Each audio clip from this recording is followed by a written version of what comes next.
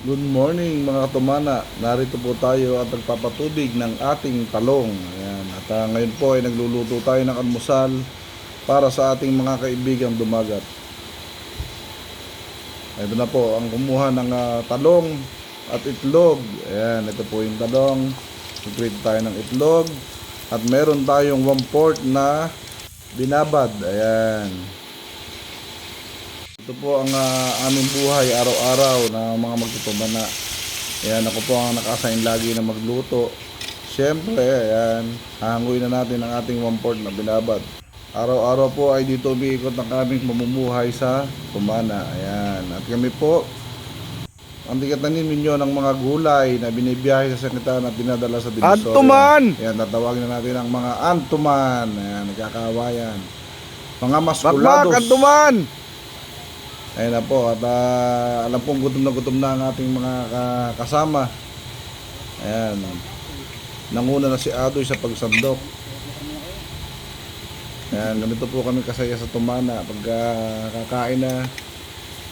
Walang mga kaselan-selan.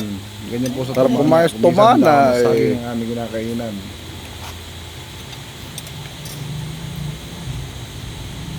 Pagkakuha po ng pagkain, kanya-kanyang hanap na ng pwesto. Uy, ayun. Ang daming kanin na inilalagay.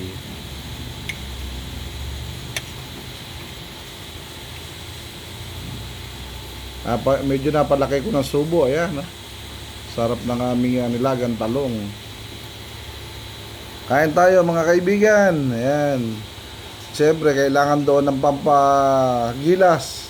Kaya kumuha pa ng sili ang ating kaibigang si Adoy para panlagay sa sausawan. Ayan, kanya-kanyang pwesto na kami pag kakain na. Dahil yung aming lamesa at upuan may mga tanim na. Pakita mo yung sili. May sili pa si Adoy, oh. Pampagana.